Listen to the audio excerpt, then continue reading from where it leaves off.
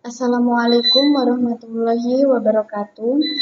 Pagi ini kita akan belajar mengenai prakarya.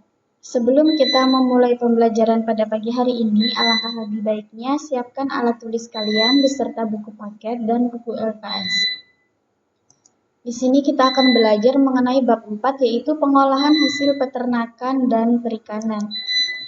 Yang pertama yaitu keanekaragaman makanan khas daerah Indonesia begitu melimpah dikarenakan banyaknya sumber bahan makanan yang berasal dari perikanan maupun peternakan. Ada beberapa jenis bahan makanan dari hasil peternakan maupun perikanan, salah satunya memiliki gizi tinggi yang diolah menjadi beragam jenis makanan dan minuman, baik secara langsung maupun instan. Pada bagian A yaitu pengolahan hasil peternakan dan perikanan menjadi makanan siap saji. Nomor 1, jenis ikan, udang, cumi-cumi, rumput laut, daging, telur, dan susu. Di sini pada bagian A jenis ikan.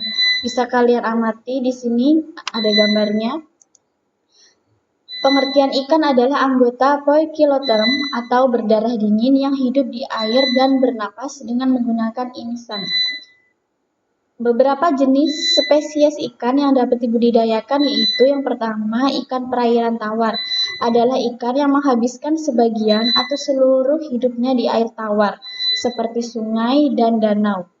Ada jenis-jenis ikan air tawar adalah ikan lele, ikan nila, ikan patin, ikan bawal, ikan mas, dan ikan gurami. Yang kedua yaitu ikan perairan payau.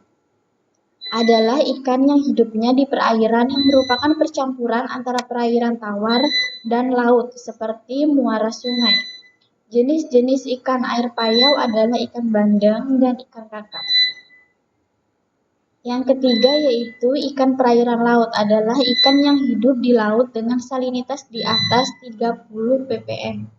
Jenis-jenis ikan laut adalah ikan tuna, ikan tenggiri, dan ikan salmon. Pada bagian B yaitu udang, bisa kalian amati di sini. Udang dapat ditemukan di hampir semua jenis perairan, baik air tawar, air payau, dan air asin. Di sini ada jenis-jenis udang yang dapat dibudidayakan. Yang pertama yaitu udang jerbung. Udang ini disebut juga udang putih dengan ciri-ciri kulitnya putih dan licin. Warna putih kekuningan dengan bintik hijau dan ada pula yang berwarna kemerahan. Yang kedua, udang windu. Yang kedua yaitu udang windu. Udang windu berkulit tebal dan keras dengan warna hijau kebiruan, bergaris melintang agak gelap, dan ada juga yang berwarna kemerah-merahan dengan garis melintang coklat kemerahan. Kemudian yang ketiga yaitu udang cokong atau galah. Udang ini termasuk jenis udang air tawar dan memiliki berbagai macam warna.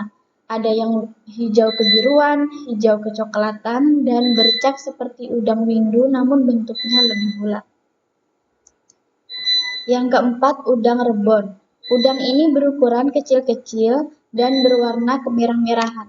Udang ini biasanya disebut sebagai bahan baku terasi. Yang kelima, udang kucing. Jenis udang ini berukuran kecil-kecil, berwarna hijau dengan garis-garis melintang kuning dan putih. Ada pula yang berwarna kuning dengan garis melintang coklat dan putih pada bagian atasnya. Yang bagian C, cumi-cumi. Bentuk cumi-cumi adalah silinder kerucut memanjang dengan warna bening kaca transparan disertai warna-warna lainnya. Ada warna ungu, merah, atau kuning, sesuai kamuflase habitat cumi-cumi. Yang bagian D, rumput laut. Rumput laut banyak mengandung vitamin B12, A, K, C, D, dan E. Rumput laut juga kaya akan serat alami yang disebut alginat, sehingga sangat baik dikonsumsi saat sedang diet. Bagi penderita anemia, dianjurkan mengkonsumsi 200 gram rumput laut segar per hari agar tubuh tetap bugar. Bagian E, daging. Yang pertama, daging ayam. Di sini ada perbedaan ayam kampung dan broiler. Yang pertama, A, ayam kampung adalah sebutan untuk ayam peliharaan. Ayam kampung memiliki kandungan nutrisi yang lebih tinggi, yaitu memiliki 19 jenis protein dan asam amino yang tinggi. Sedangkan ayam broiler, jenis ayam ini dipelihara dengan cara diternakan di dalam kandang yang berukuran besar. Ayam ini juga merupakan ayam unggulan karena hasil persilangan dari ras-ras ayam yang memiliki produktivitasnya tinggi. Yang kedua ada daging sapi. Di sini daging sapi memiliki karakteristik berwarna merah. Kemudian daging kerbau. Daging kerbau memiliki ciri khas berwarna agak gelap dan memiliki tekstur yang lebih kasar dibandingkan dengan daging sapi. Yang keempat yaitu daging kambing. Daging kambing merupakan sumber gizi penting bagi negara berkembang dan beriklim tropis. Daging kambing lebih empuk daripada daging sapi dan kerbau. Di sini pada bagian F, telur. Telur yang biasa dikonsumsi saat ini berasal dari ayam-ayam khusus yang selalu bertelur. Ayam ini disebut dengan ayam ras petelur. Di sini bisa kalian lihat ada tabel kandungan gizi pada telur.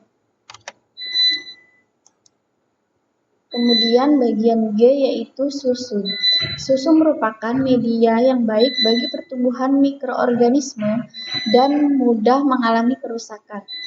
Secara alamiah, susu diartikan sebagai hasil pemerahan sapi atau hewan mamalia lainnya yang dapat dimakan atau dapat digunakan sebagai bahan makanan yang aman, sehat, serta tidak dikurangi komponen-komponennya.